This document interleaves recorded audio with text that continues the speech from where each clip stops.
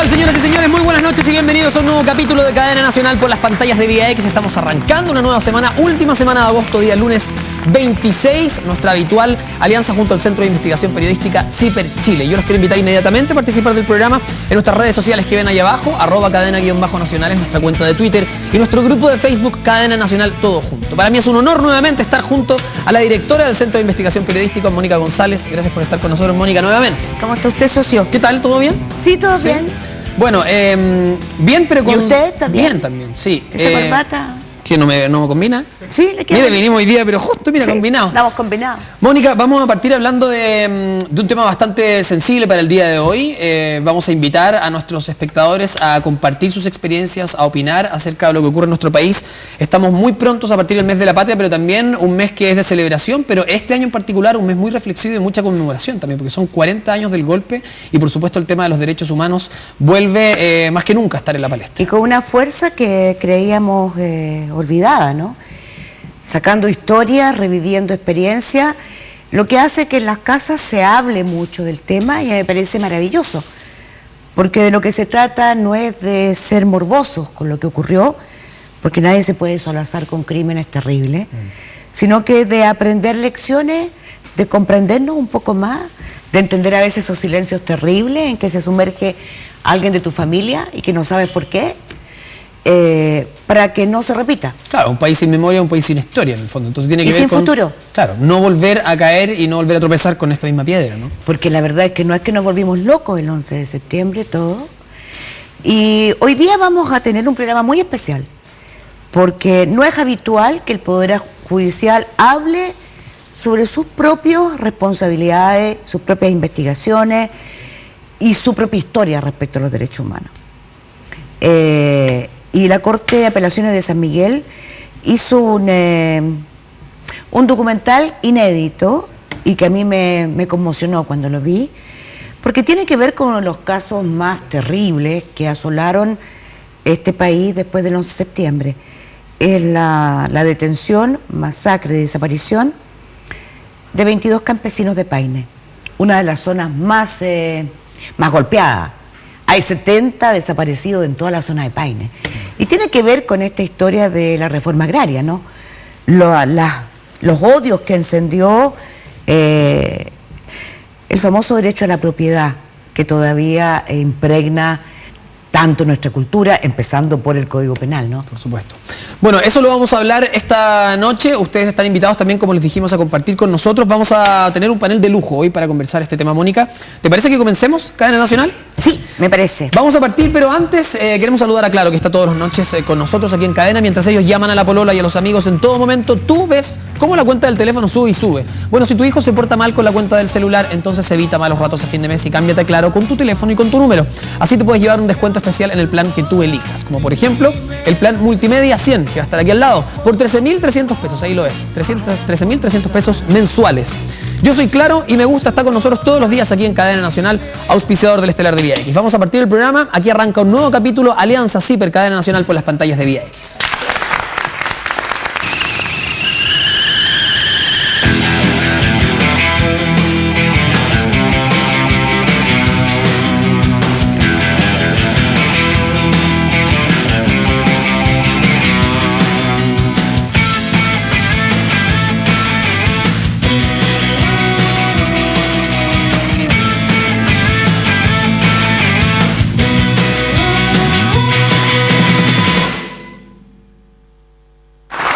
Estamos listos para empezar el programa de hoy. Yo te quiero invitar a ti que estás en tu casa a recargar cuando quieras y donde quieras tu teléfono móvil con Dale.cl.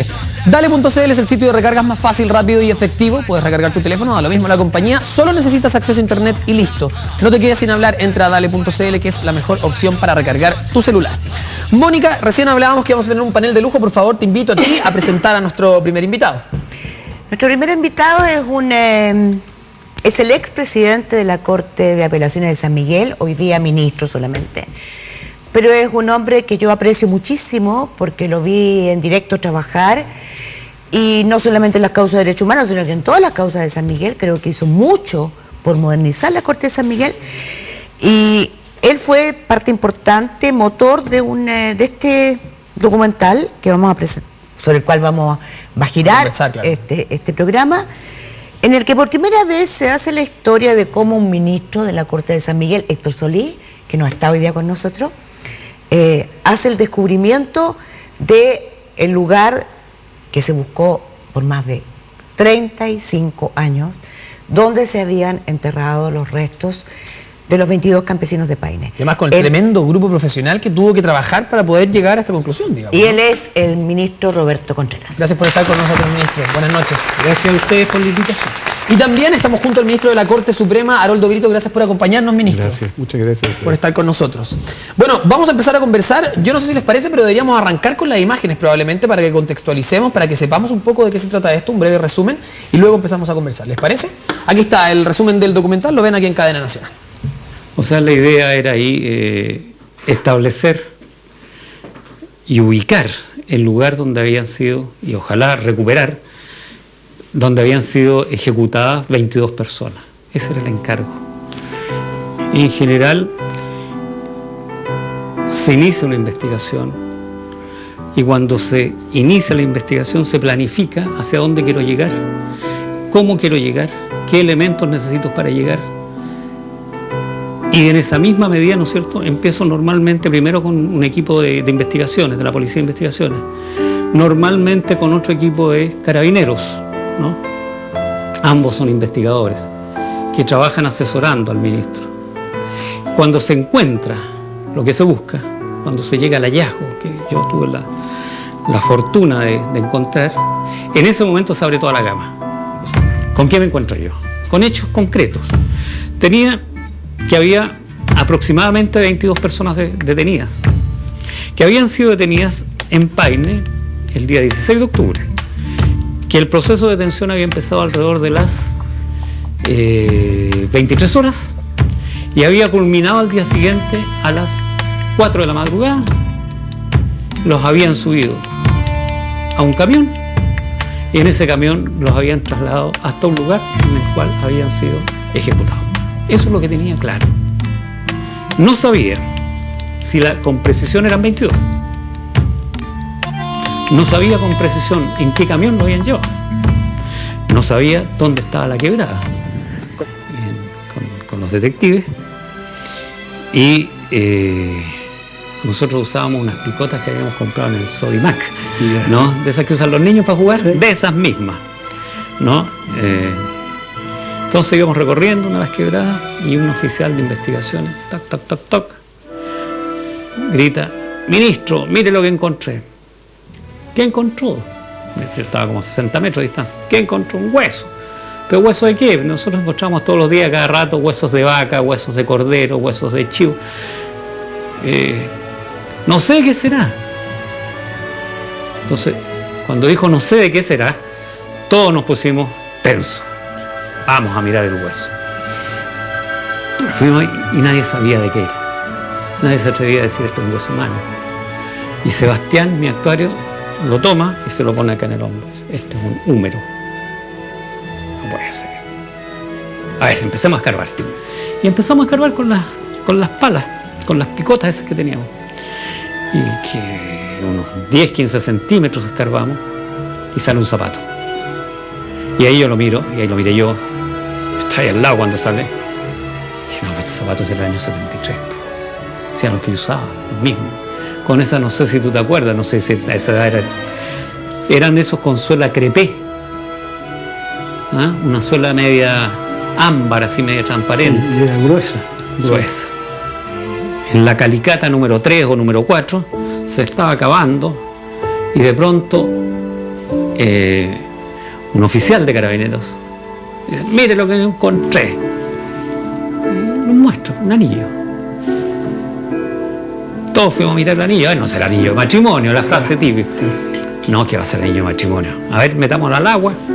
Mete al agua, se mira y es un anillo de matrimonio. Tiene algo escrito dentro.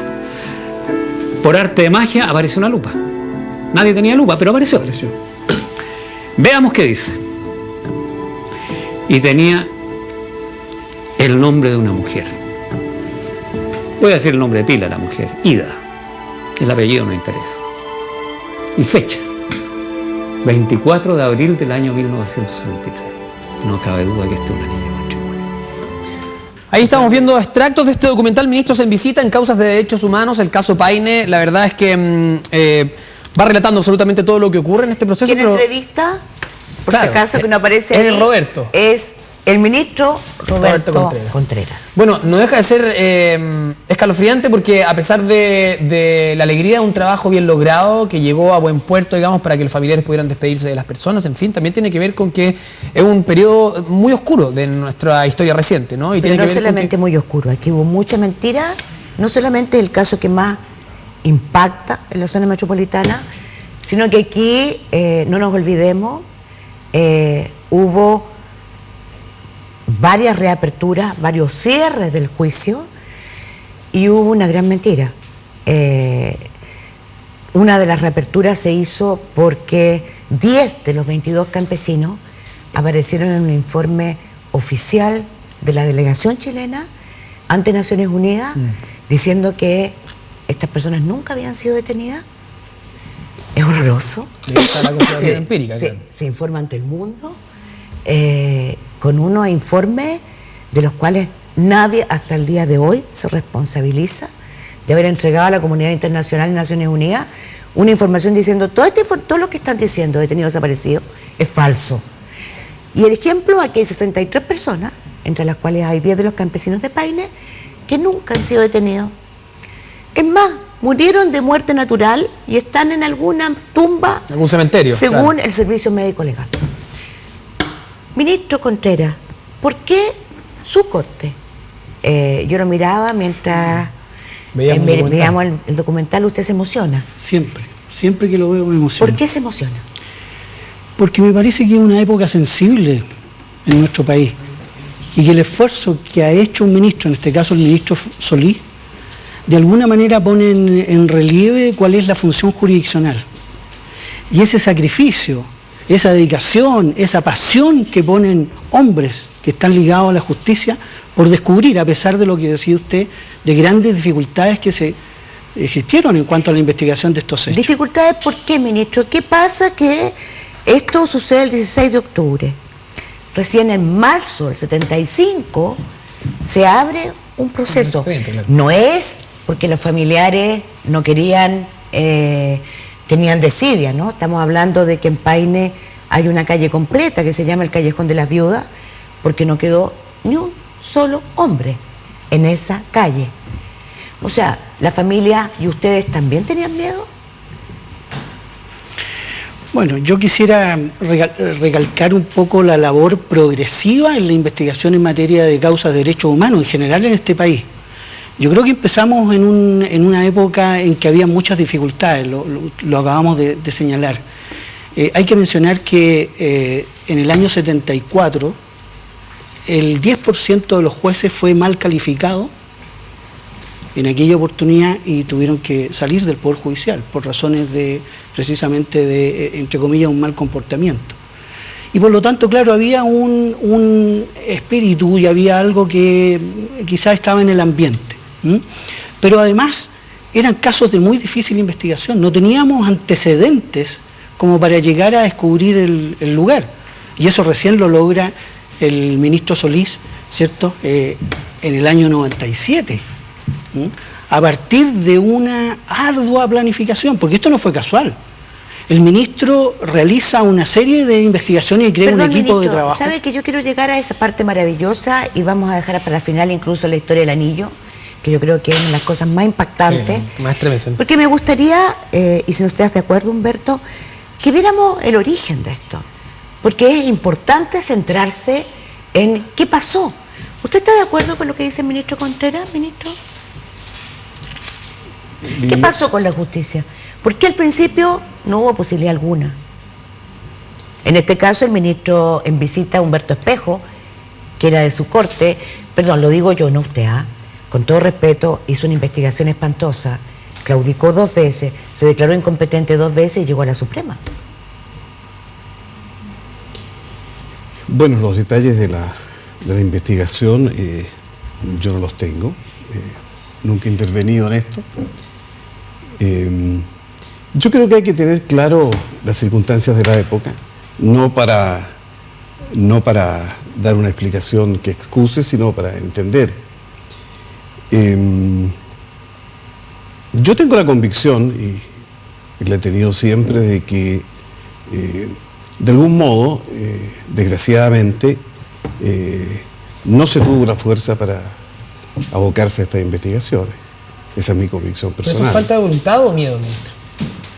Porque también hay que, como usted dice, hay que ver las circunstancias de ese claro. momento. Yo creo que de todo. La referencia que hacía Roberto creo que no es se ha hablado cierta y jamás seria. de lo que usted acaba de decir. Lo que se relata, ¿no es cierto?, de las circunstancias, el hecho de que se hubiese calificado mal al 10% de los jueces, evidentemente, lo que tú recuerdas, es traer a la memoria una condición esencial en dictadura.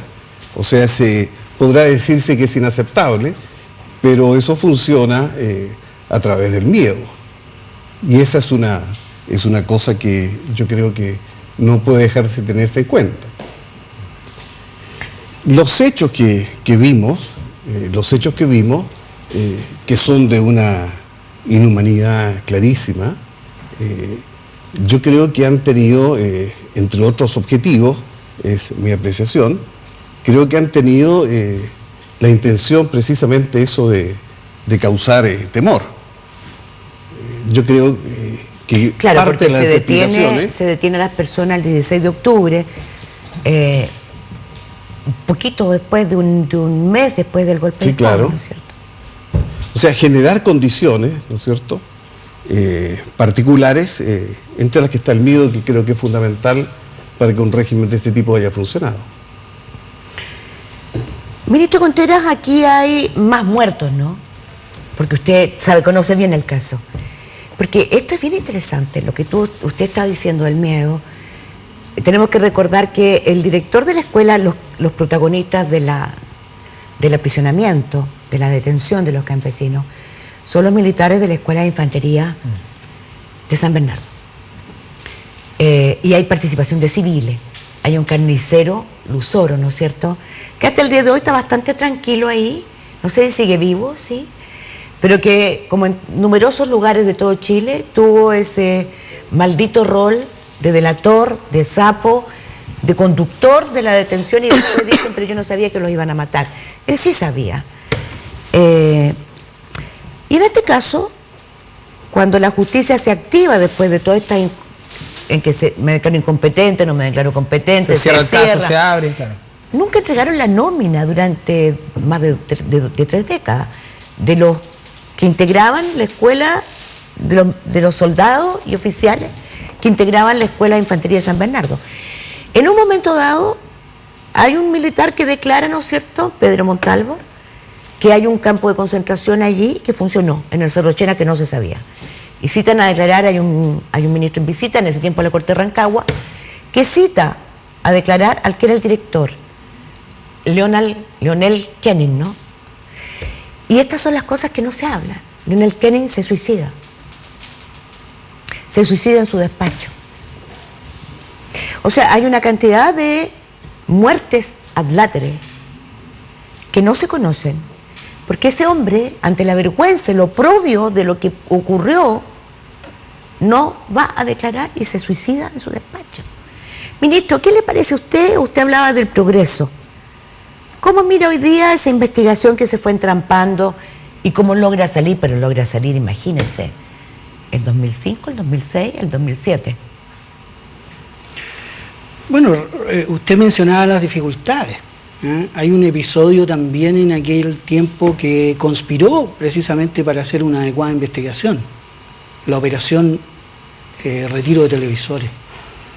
Precisamente a partir del descubrimiento de Lonquén, se produce esta operación para sacar, ¿cierto?, los lugares donde estaban sepultados quienes habían sido ejecutados en distintos lugares del país, y se les traslada a otros lugares que todavía se desconocen. Y por lo tanto, la idea ahí era generar una especie de, quizá, de encubrimiento o de secreto acerca de dónde estaban estas personas. Entonces había que luchar, y esa es una labor tesonera que realizó el ministro Solís, por eso que decidimos hacer este documental por su vinculación, por su entrega, por su, nosotros le llamamos la visibilización del rol del juez, en todo su contenido, en toda su dimensión, por un lado, y por otro, en uno de los objetivos principales. ¿Visibilización para qué? ¿Cuál es el objetivo central que logra, según usted, el juez Solís? Generar confianza, y a eso me iba a referir. Generar confianza en la ciudadanía. Nosotros hablamos en este programa audiovisual de jueces que hacen comunidad. Y me parece que estamos en una etapa precisamente en que los jueces tenemos que vincularnos con la comunidad.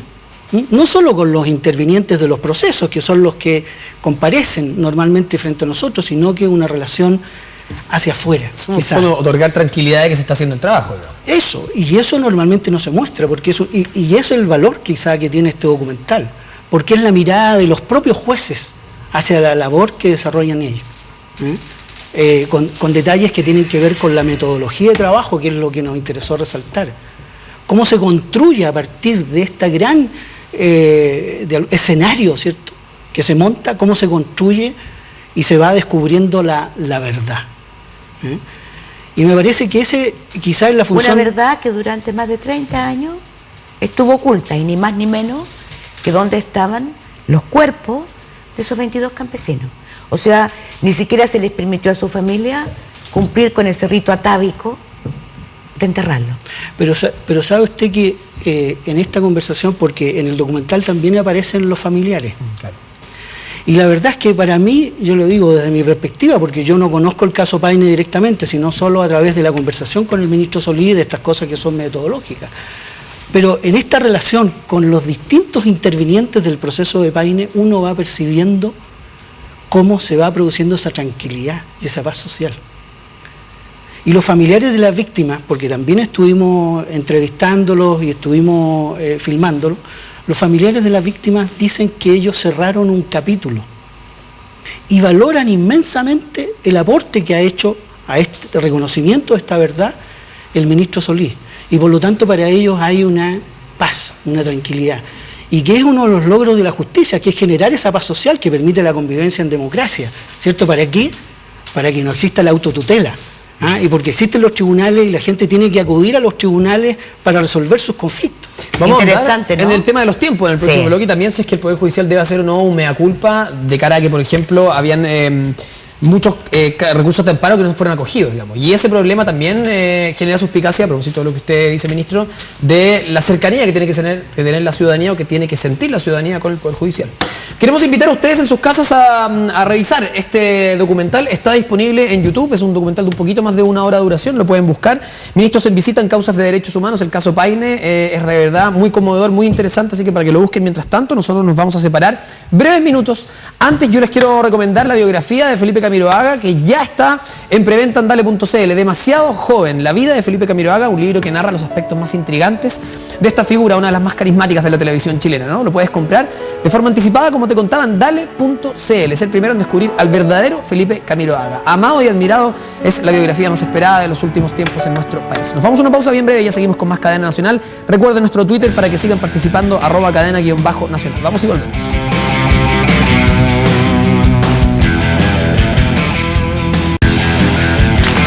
Estamos de regreso con más Cadena Nacional en nuestra alianza de CIPER. El tema de hoy, derechos humanos y dictadura, los jueces hablan. Vamos a continuar durante todo este bloque conversando, pero antes un breve consejo, porque para lograr una buena pensión lo mejor es trabajar en equipo con tu AFP. Por eso, por tu parte, tienes que encargarte de mantenerte informado sobre el estado de tus fondos, y Habitat se va a encargar de ayudarte a planificar tu pensión, darte una completa orientación y toda su experiencia. Porque tu AFP no da lo mismo, cámbiate a Habitat en afphabitat.cl. Un consejo de Habitat a esta hora en Cadena Nacional. Mónica González, directora de CIPER, también nos acompaña Haroldo Brito, ministro de la Corte Suprema, y Roberto Contreras, ministro de la Corte de Apelaciones de San Miguel. A propósito del tema que estábamos conversando en el primer bloque, de los tiempos que se cumplen y también de cómo se ha ido avanzando en el retorno a la democracia respecto a nuestro trato con los derechos humanos y los casos que los involucran, también tiene que ver con que hablemos del rol parlamentario, ¿no? Muchas veces el no querer cambiar, el no querer modificar o anular la ley de amnistía hace que muchos jueces se escuden en eso para no tratar precisamente estos temas que son particularmente sensibles, ¿no? De eso sabe usted bastante, ¿no? No sé si bastante, pero estoy informado. ¿En qué sentido? ¿Por qué te refieres tú al rol parlamentario? ¿Qué quieres saber? Porque lo que interesa saber aquí es la falta de voluntad política que ha habido en el Congreso durante el tiempo. Sabemos que el Congreso prácticamente se mueve en dos grandes bloques, ¿no? Oficialismo y oposición, independiente de quién esté al mando, pero lo cierto es que hay una falta de voluntad política que es latente y que tiene que ver con modificar algunas leyes, en particular la amnistía, que tiene que ver precisamente con los casos que estamos hablando. Y que en 23 años de democracia no ha sido derogada. Uno dice 2003 a esta altura, ya eso debería ser para un país sobre todo que se jacta de estar en vías de Y desarrollo. ustedes se han entendido aplicar las leyes. Sí, claro que sí, claro que sí. Bueno, lo cierto es que la jurisdicción, con su sentido de protección de la persona, puede solucionar los problemas de orden jurídico cuando la norma no está dando una explicación directa, no está dando una solución. De eso precisamente se trata. O sea, yo no lo entiendo, ministro. Sí, yo sé que puede ser algo complicado. No le van a entender las personas. No me van a entender las personas. Digámoslo de otra perspectiva entonces.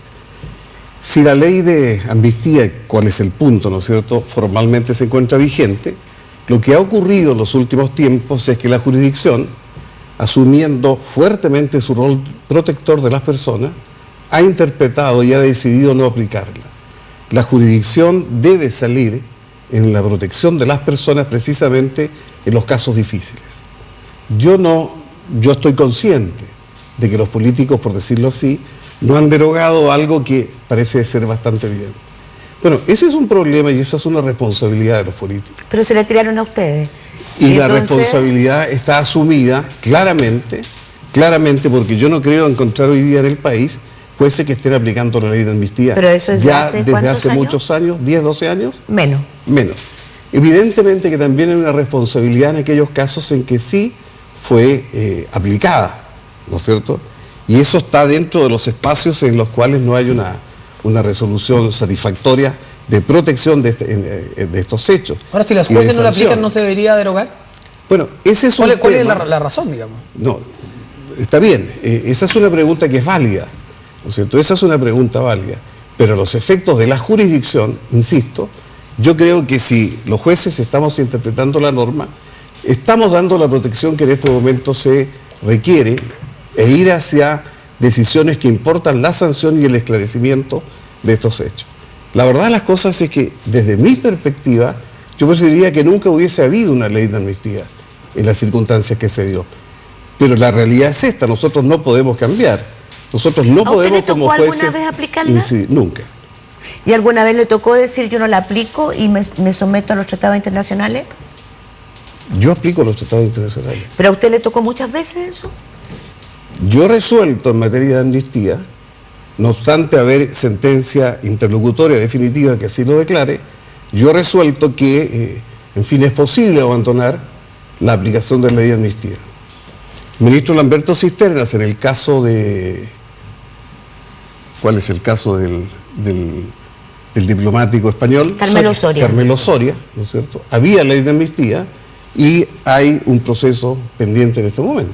Carmelo Soria, que digamos, de paso, fue asesinado con gasarín en el laboratorio químico primero que tuvo la DINA en la casa de Locurro. De tal suerte que para mí el tema de la ley de amnistía No corre ahí. no es un tema que me aflija en esto. Pero usted está diciendo algo que es un tema tabú dentro del Poder Judicial. Hubo jueces que sí aplicaron la ley de amnistía y con gusto y regocijo, y hubo jueces que no la aplicaron. ¿Hubo algún costo para los que no lo aplicaron? Yo no sé Como si- Carlos Cerda de Concepción, como el otro Carlos Cerda de Santiago, cuando no aplicó la ley de amnistía en el caso Comando Conjunto y lo castigaron sin sueldo, y hasta el día de hoy le es difícil llegar a la Suprema, siendo uno de los ministros que tiene más pergaminos jurídicos para llegar. Ha sido difícil, parece, ¿no? Desde luego que ha sido difícil. Desde luego que ha sido difícil. Las referencias que usted hace, que tú haces, Mónica, son ciertas y merecen ser tenidas en cuenta, todo eso, ¿no es cierto? Pero frente a la pregunta, mi respuesta es esa. ¿Y hoy hay un común acuerdo de no aplicar la ley de amnistía entre No, ustedes? o sea, muchas veces la opinión pública, en fin, piensa frente a eso de llegar a acuerdos de qué hacer y qué no hacer. No, estos consensos dentro de la jurisdicción se van produciendo y se han producido, ¿no es cierto?, a través de la reiteración de resoluciones. Perdón, yo O sea, diría que el derecho a la vida ha ido ganando fuerza en este país a costa de esfuerzo y sacrificio de los familiares, de los abogados y también de algunos ministros y jueces. Desde luego. Porque el derecho a la luego. vida, el que triunfa, ¿no? Desde luego. Lo cierto es que todos esos actos, ¿no es cierto?, que importan graves violaciones a los derechos fundamentales, quienes, en fin, han tenido una conducta verdaderamente ejemplar, desde luego que han sido los familiares de las víctimas, en primer lugar, ¿no es cierto?, que han sostenido sus querellas durante muchos años. ¿Qué habría pasado, ministro, si los familiares de las víctimas, cuando los tribunales les cerraron las puertas y les dijeron sus familiares se fueron con otra, se fue a hacer la guerrilla, nunca fue detenido, fue un subversivo, no sigan mintiendo? ¿Qué hubiera pasado si los familiares que durante 2 décadas les dieron la espalda hubieran dicho ya, no más justicia, vamos por la vía directa? Habría sido tremendamente más difícil los logros que hoy día se han alcanzado, como primera cosa. Sin lugar a duda que eso es así. Pero de las investigaciones también hay que tener en cuenta que aún aquellas investigaciones que terminaron con sobreseimiento, durante la tramitación muchas veces se esforzaba, se estiraba la cuerda para decretar diligencia con el propósito de mantener vigente muchos procesos intrascendentes a primera vista. E insisto, desde luego no estoy para excusas, no tiene ningún sentido. Un poco tarde, ¿no? No, Sí. no estoy en excusas, de tal suerte que lo digo solo por que conversemos con tranquilidad los hechos. ¿Sí? Yo estoy consciente de la omisión fundamental en la protección en aquellos momentos. Eso creo que no es posible tener otra posición. Respeto cualquier otra posición al respecto, pero creo que no es posible justificar una omisión que colocó a muchas personas en una desprotección jurídica tremenda. Eso es claro. Ese es el punto de partida. Ese es el punto clave. Ese es creo el yo. punto clave. Porque si no, y el otro habría- punto tendríamos clave, más muertos, y el seguramente. otro punto clave, ¿no es cierto?, es el desarrollo de las investigaciones que han conducido a que en este país, ¿no es cierto?, tengamos un alto número de sentencias condenatorias, un alto número de hechos debidamente esclarecidos, procesos en marcha, un poder judicial, me atrevo a decir, como conjunto, como entidad, comprometida con el esclarecimiento de los hechos. Fíjese usted que en la Corte de Apelaciones de Santiago, la nombro por su alto número nada más, debe tener unos 6 o 7 ministros en visita a cargo fundamentalmente de la investigación de esta clase de asuntos. Y podrá decirse y reiterarse y con toda razón, considerarse que ha sido tarde, pero lo que no puede dejarse de considerar es que hay un esfuerzo por lo que se está haciendo que ha sido exitoso. Y es lo que ha hecho la Corte de San Apelación Miguel, de San Miguel, claro. con el caso Paine, uno de los casos más emblemáticos del tiempo de la dictadura, en que, y es bueno recordarlo, cuando el ministro Solís, como lo contaba en el documental, logra finalmente, y me da mucha emoción, porque hay otros ministros que yo encontré, yo descubrí, ¿no?, con un protagonismo y un egocentrismo terrible.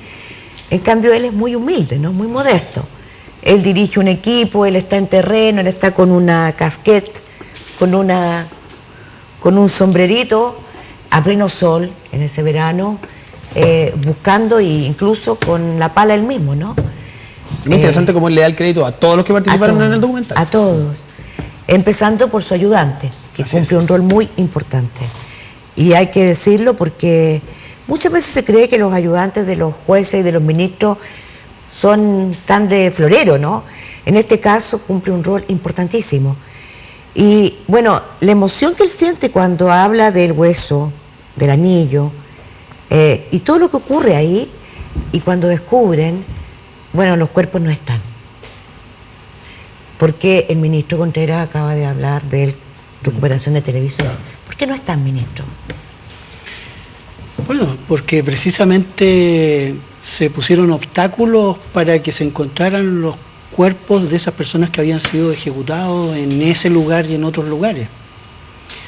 Y en verdad, y por eso es tan importante la labor del ministro Solís, porque a partir de pequeños vestigios, evidencia, le llama él. Y es increíble porque encontraron cerca de 3.200 evidencias. 295 fragmentos óseos, 311 fragmentos textiles, o sea, pedazos de camisa, de pantalón, botones, fragmentos de vidrios ópticos, anillos, broches y también 100 vainas de fusil y revólver. Sí. Bueno, a partir de esos detalles se reconstruye la historia. ¿Ah? Y yo creo que el gran aporte precisamente de los jueces, de estos jueces que llevan causa de derechos humanos y por eso el realce, es la reconstrucción de la memoria histórica. Usted decía que ha habido tardanza, pero nunca es tarde para conocer la verdad. Me parece a mí que ese acto es necesario y estamos todavía, me parece, como sociedad, como nación, estamos en momentos de poder tener esa mirada hacia nuestro pasado. Yo quiero volver a preguntar e insistir en eso. Esta modernización del Poder Judicial, esta voluntad que hay ahora de descubrir estos hechos, ¿tiene que ver con qué? ¿Con algún proceso marcado? Y por eso le hacía la pregunta antes, ministro, de si había un acuerdo tácito o esto se empieza a generar cuando ya nos empezamos a desprender del medio y del miedo y el país empieza a avanzar como sociedad. Porque uno dice, algo pasó, que ahora sí se están tratando estos temas. Es cierto que nunca es tarde. Ahora, probablemente hubiese sido mucho mejor que hubiese sido rápidamente para que las familias hubiesen tenido un buen término y se hubiesen podido despedir de sus víctimas, ¿no? Ahora, ¿vale la pena después de 30 años? Sí, claro que vale la pena. Ahora mi pregunta es, ¿cuándo se generó ese punto de inflexión que hace cambiar el Poder Judicial y este tipo de trabajo? Yo creo que se van produciendo como todo sinergias. ¿Eh? Surge un caso, surgen hallazgos, surge una actividad especial, surge una metodología. Surgen ejemplos. Surgen ejemplos. Y eso va provocando una sinergia. Y en esa sinergia, de alguna manera, aparece también un compromiso institucional. ¿Ah? A mí me parece, hace días atrás, se reunieron los 29 ministros en visita que llevan causa de derechos humanos a lo largo de nuestro país, desde Arica hasta Punta Arenas, ¿ah? Para tratar aspectos de coordinación, aspectos de metodología, de trabajo con las policías, con los peritos, etcétera. Y por lo tanto ahí revela que estamos precisamente con un compromiso institucional, con el objetivo de llegar al esclarecimiento de la verdad. Hay algo que él no respondió, porque era más importante la otra pregunta, pero que no me gustaría dejarlo inconcluso para nuestros auditores, y es que los cuerpos no fueron encontrados, porque el año 79 se ordenó sacar todos los restos de personas que habían sido asesinadas de manera ilegal, enterradas de manera ilícita. Eso fue lo que se llamó la operación Retiro de Televisores. Y esa es la operación. Y por lo tanto, cuando el ministro Solís finalmente encuentra la famosa quebrada, que habían descrito otras personas ante él mismo, lo que encuentra son estos botones, estas pequeñas menudencias, y hay familias que lo que tienen, y esto hay que decirlo, es una cajita en donde hay un pedazo de la camisa que portaba esa noche terrible, el 16 de octubre, el hijo, el marido, el padre, y 3 o 4 fragmentos de hueso. Pero hay certeza. Hay certeza. Certezas que no existían antes. ¿Ah? Uno de los familiares en el documental dice que se produjo una catarsis. Precisamente porque se pudo obtener esa catarsis porque habían esta certeza. Aun cuando no se encontraron los cuerpos, sí se llevaron a peritajes a Austria y se determinó por los peritos austriacos y otros en apoyo internacional, se logró determinar en un 99,9%, porque eso es lo que nos da la ciencia actualmente, de que esas personas eran unas que tenían un nombre determinado y eran estas personas ejecutadas de Paine. Y por lo tanto, eso sí produce un ciclo, produce el término de una etapa.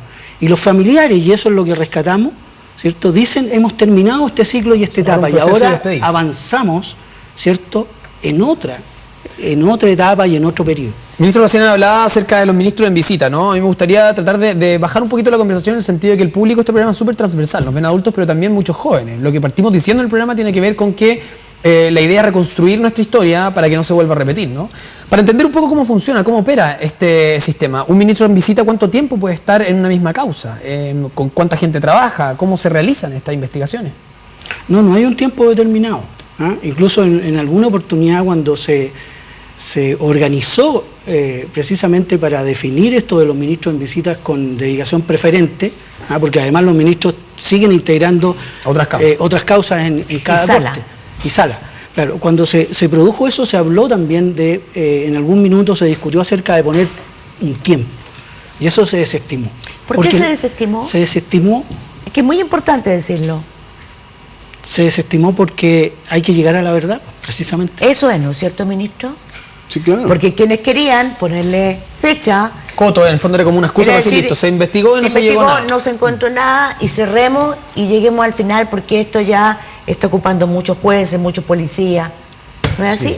Bueno, o sea, la pretensión de la verdad en estas materias es muy fuerte. El esclarecimiento de los hechos y establecer responsabilidades es clarísimo. O sea, insisto, yo creo que no vamos a encontrar otros países, ¿no es cierto?, como el nuestro, en que ha terminado procesando a los 4 directores de la policía, los jefes del servicio de seguridad en este país. Policía secreta. Policía secreta. Del general Pinochet. Efectivamente, eso es así. O sea, 4 de los 5 directores que yo recuerdo están procesados. El 5º falleció. No sé si, no recuerdo si estuvo procesado, no, esa parte no lo sé. 4 directores de la policía secreta, como Mónica dice, ¿no es cierto?, del aparato de seguridad del Estado, terminan procesados. Hay una cantidad de personas que está detenida, está procesada, está condenada, y eso que refería Roberto, o sea, esa tranquilidad, ¿no es cierto?, que han obtenido las víctimas, los familiares de las víctimas, que es una cosa tremendamente importante, unida al avance en claridad objetiva respecto de lo que ha ocurrido. Yo creo que es una cosa que tiene que ser valorada como corresponde, o sea, más allá de cualquier otra consideración relativa al tiempo. Ministro Brito, el trabajo termina con esto, con decir, bueno, se ha cambiado el Poder Judicial, se ha modernizado, se está buscando la verdad, la ciudadanía está conociéndolo. Ahora uno dice, probablemente también así como ya estamos en democracia hace varias décadas, uno dice, así como se busca que haya personas que levanten la mano y dicen, yo me equivoqué, yo omití, yo erré en este camino, desde dueños de medios de comunicación. No acogí ningún recurso de amparo. Claro, de dueños de medios de comunicación hasta el Poder Judicial. ¿Debería ser un medio de los 8.000 el Poder Judicial, por ejemplo? A ver, yo no estoy en condiciones de responder a eso, en verdad. Tiendo a pensar de que una decisión de ese tipo tendría que ser discutida expresamente. Consensuable. Discutida en el Pleno de la Corte Suprema. Seguramente, claro, porque tú hablas de un mea culpa, ¿no es cierto? Que no se ha hecho nunca. Que no se ha hecho nunca, no se ha hecho nunca. Bueno, desde luego tendría que ser una cosa sujeta a discusión. ¿Nunca ha estado en discusión? Nunca ha estado en discusión. ¿Desde que usted está en la Corte Desde Suprema? que yo estoy en la Corte, antes? por lo menos ¿no es cierto?, de hace 5 años. Ahora, insisto en que lo trascendente verdaderamente es la protección que se está dando. Eso a mí me parece fundamental. O sea, porque en el fondo lo que se ha reclamado es que en esta sociedad no pueden haber espacios de impunidad. Y el espacio de la impunidad hoy día está claramente cerrado. Los espacios de impunidad... Se ha responsabilizado, se han establecido las responsabilidades del Estado, desde luego que ha quedado bastante claro. Hay en protección, insisto, una actitud completamente diferente. Claro, porque la impunidad tiene que ver con más de 7.000 recursos de amparo. Sí, claro. Que no se fueron rechazados. Sí. En los tribunales, y otra sería la historia, ¿no? Si esos recursos de amparo hubieran sido aceptados. Yo olvidé decir que la persona que dijo que estas 63 personas o 67 eran falsos detenidos desaparecidos es un político, es Sergio Díez, el cual nunca dijo ni pidió perdón tampoco por un error de tratar, un error garrafal. Y la impunidad tiene que ver con cosas, con las historias de vida. Y hay una historia en este caso en el que me gustaría, para terminar, rendirle homenaje al ministro Solís, porque creo que se lo merece. Se lo merece por todo el beneficio que le ha dado al Poder Judicial también. Así. Que lo retrata de cuerpo entero cuando hablamos de derechos humanos. Es la historia de ese anillo, ¿no? El ministro Solís encuentra ese anillo. Lo limpian para ver si tiene una inscripción. Tiene una inscripción. Pero el nombre de la mujer que está en ese anillo, Ida, no aparece entre las viudas, no aparece entre las víctimas, no aparece en ninguna nómina de derechos humanos. No pertenece a ninguna mujer, hija o madre de quienes se está buscando, de esos 22 hombres que se está buscando. Y él decide llamar a los familiares de los detenidos desaparecidos de Paine para ver si tienen idea de quién es esa mujer. Y efectivamente esa mujer existe y vive ahí. Y la historia es la siguiente, y los jóvenes que estén escuchando van a entender, porque eso es lo que hablábamos, que nunca más ocurra esto. Hay un campesino de esos 22 que enamorado y muy buen mozo, muy galán, finalmente decide que está enamorado de una de las vecinas. Y la enamora y finalmente le ofrece matrimonio. Y deciden, fijan la fecha de matrimonio. Y van a comprar la argolla. Y la graban y deciden casarse un día de mayo. Él se va a la faena y volvía una semana después. Y cuando vuelve le dice a su enamorada que tiene algo que decirle. Que antes de haberse comprometido... Ya le había hecho el anillo. Tenía un amor, otro amor así medio circunstancial. Y esa mujer había venido a decirle que estaba embarazada. Su enamorada, la mujer que él amaba, la mujer del anillo, no se atreve a decirle que ella también está embarazada. Y lo deja irse. Y nuestro campesino se casa, y cuando lo detienen el 16 de octubre del 73, lleva una argolla, pero lleva la argolla de la mujer que ama. De aquella mujer con la que no se pudo casar, porque lo dejó partir. Bueno, cuando el ministro Solís llegó a ver a esa mujer, yo me emociono todavía porque... Esa mujer se enteró esa noche que el hombre que ella amaba, el padre de ese hijo que está ahí, que tiene más de 30 años, nunca dejó de amarla. Y cuando fue asesinado, la llevaba a ella en el dedo y en el corazón. 34 años después, partió la vida de esa mujer, de su hijo. Estas son las historias. Esto demuestra por qué no podemos cerrar así simplemente en las historias y las causas de derechos humanos. La historia continuará hasta siempre, porque es necesaria la verdad, es necesaria la justicia, pero son demasiados los hombres y mujeres afectados. Ustedes están invitados a revisar este documental que realiza el Poder Judicial. Está muy interesante, muy conmovedor, con historias como la que contó recién Mónica. Lo pueden buscar, está en YouTube, está abierto para todo el público. Ministros en visita en causas de derechos humanos, el caso Paine. Se busca así y aparece. ¿Está en intención, ministro, de realizar más de este tipo de trabajos, no? Bueno, este es un programa audiovisual del año 2003 del Poder Judicial que tiene por objeto visibilizar el rol del juez. Y hemos empezado hasta el segundo capítulo. El primer capítulo es de los jueces itinerantes. Muy interesante porque ya está en YouTube también, porque muestra aquella tarea que hacen los jueces que salen de su tribunal y van a localidades distintas. Y el juez de Puerto Cisnes, que va a la Junta, que va a la isla Melinca, ¿cierto? En una labor muy especial y de acercamiento a la comunidad, en que la justicia se acerca al ciudadano. No al revés, no al ciudadano a la justicia. El juez sale del estrado y va a una escuela a realizar su función siempre debió jurisdiccional. ser, ¿no? Claro. Bueno, queremos realzar eso, vamos a trabajar con los jueces que están en las faenas mineras, los jueces que están quizás en la zona de Temuco, ¿cierto?, en la zona de la Araucanía, y etcétera, es decir, aquellos que están realizando de alguna manera esa labor especial en una vinculación estrecha con la comunidad. Muchas gracias, ministro. Tiene que ser así. Muchas gracias. Se nos va el tiempo, Mónica. Gracias por acompañarnos nuevamente. No, Ministro muchas gracias Brito, a muchas ti. gracias por estar con nosotros. Gracias a Ministro ustedes. Contreras, gracias por Muchas acompañarnos esta gracias. noche. Gracias, Bueno, Mónica. próximo lunes vamos a empezar la conmemoración de los 40 años del golpe. Vamos a tener una serie de capítulos bien especiales en Cadena Nacional. La primera invitada que vamos a tener, al margen de lo que hacemos con CIPER, va a ser Mónica González, así que no se lo pierda a las 9:30 de la noche en punto. Por ahora, antes de despedirnos, la banda que revivió el pop y el indie británico viene a Chile. Blur por primera vez se presenta en nuestro país, un show que marcó una generación y que además llega a transformarse en un clásico. No vienen solos porque viene un artista de lujo acompañándolos, el músico estadounidense Beck Hansen. Reverenciado por la crítica y por el público, esto va a ser el 7 de noviembre en la pista atlética del Estadio Nacional. Las entradas ya se venden en el sistema Punto Ticket, otra más de DG Medios. Señores, ha llegado el fin del programa, nuestra alianza con CIPER, muchas gracias. Nos encontramos mañana, 9:30 de nuevo en otro capítulo de Cadena Nacional. Que descansen.